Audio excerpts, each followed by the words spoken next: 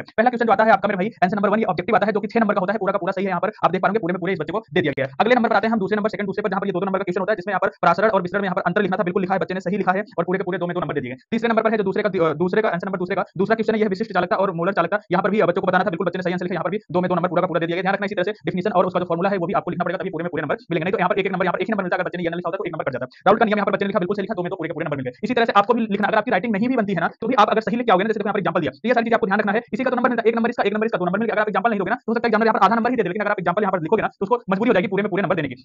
Answer number 3 आप देख पाओगे, बिल्कुल सही है। मानव में प्रोटीन का क्या कार्य, बिल्कुल सही लिखा। प्रोटीन का ये विकृतीकरण, बिल्कुल सही लिखा बच्चे ने, बिल्कुल पूरे में पूरे दो में दो नंबर का आता है, दो दो नंबर का सभी क्वेश्चन होते हैं, सब पूरे में पूरे दिए गए। और यहाँ पर देखो, यहाँ पर भी बच्चे ने सही लिखा, क्या गलती है आप बताओ, क्या गलत आपको लग रहा है? बिल्कुल सही है, पूरा का पूरा सही है, तो पूरा नंबर दिया गया। यहाँ पर भी सही है और लिखने का जो पैटर्न है वो भी सही लिखना लिखा हुआ है बच्चे ने। देखो ये जो हाशिया है ना, एक ही तरफ लाइन खींचना, आप दोनों तरफ लाइन खींच देते हो, बीच में थोड़ी सी जगह बचती है वहीं पर लिखते हो और आप कॉपी लेते चले जाते हो, बढ़ते चले जाते हो। ऐसा नहीं, आप लिखोगे सही लिखा है तो नंबर मिलेगा, क्यों नहीं मिलेगा? किसी भी तरह देखो, जैसे यहाँ पर बच्चे का ये चीज गलत हो गया, बच्चे ने केवल एक लाइन इसी तरह से करके उसी चीज को नीचे लिख दिया, तो बिल्कुल सही है, क्या दिक्कत है? गलती हो जाती है तो कोई प्रॉब्लम नहीं है। नेक्स्ट पेज पर आते हैं, यहाँ पर देखो कितने अच्छे से लिखा बच्चे ने, कोई गलती नहीं है, कोई भी गलत नहीं है, पूरे में पूरे नंबर यहाँ पर भी मिल गए। ये देखो यहाँ पर भी लिख दिया गया तृतीय अमीन, और यहाँ पर ये आपका नियम लिख दिया गया, रूल्स लिख दिया गया, जो भी पूछा गया था पेपर में उसको लिख दिया गया, वो भी पूरे पूरे नंबर यहाँ पर भी इसको मिल गए। आप जोड़ते रहिए, पूरे नंबर जोड़ते रहिए, 3 नंबर यहाँ पर लिख दिया गया, अब क्रिया पूर्ण करनी थी, बिल्कुल पूरा कर दिया गया और 3 में 3 यहाँ पर मिल गया। नेक्स्ट आंसर नंबर 5 जो 4 नंबर का था, कितने नंबर का था? 4 नंबर का है, मोल प्रभाज लिखना था, बिल्कुल लिखा। विलय के मोल प्रभाज और वाष्प दाब में संबंध बताना था, बिल्कुल बच्चे ने बताया। देखो यहाँ पर अच्छे से बताया, बिल्कुल 4 में 4 नंबर इसको दे दिया गया है। पूरा यहाँ तक इन्होंने पूरा कंप्लीट किया है। यहाँ पर जो न्यूमेरिकल क्वेश्चन था, न्यूमेरिकल इन्होंने सॉल्व किया और बिल्कुल यहाँ पर आके इनका समाप्त हुआ और यहाँ पर भी इनको देखो यूरिया का मोल प्रभाज निकाल दिया और पूरा का पूरा नंबर मिल गया। इसी तरह से आपको भी करना है, यहाँ पर बच्चे ने जो कैलकुलेशन है ना यहीं पर किया, यहीं पर आपको भी इसी तरह से कैलकुलेशन करना है, जिससे पता चले एग्जामिनर को कि हाँ आपने पूरा का पूरा अपने मन से किया है, कहीं से चीटिंग नहीं करी है। यहाँ पर भी देख लो किस तरह से लिखा गया। ऐसे ही आपको अच्छे से लिखना, कोई टेंशन वाली बात नहीं है मेरे भाई, सब लिख सकते हो। आपको पता है, कुछ ना कुछ तो पता है, जो भी पता है ना उसको इसी तरह से लिखो जैसे आगे की कॉपी चेक हुई ना। अब यहाँ पर एग्जामिनर पढ़ता थोड़ी ना है, बस सही करके नंबर दे देगा, क्योंकि उसको पता है कि आगे जितना भी अच्छा इन्होंने लिखा है बिल्कुल सही लिखा। ये थोड़ा सा बच्चों के लिए टफ हो जाता है, लेकिन याद रखना भाई रिएक्शन बहुत जरूरी है। रिएक्शन अगर आप बिल्कुल सही करते हो तो यहाँ पर देखो पूरे में पूरे 5 में 5 नंबर मिल गए। ऐसे ही आपको मिल जाएगा मेरे भाई।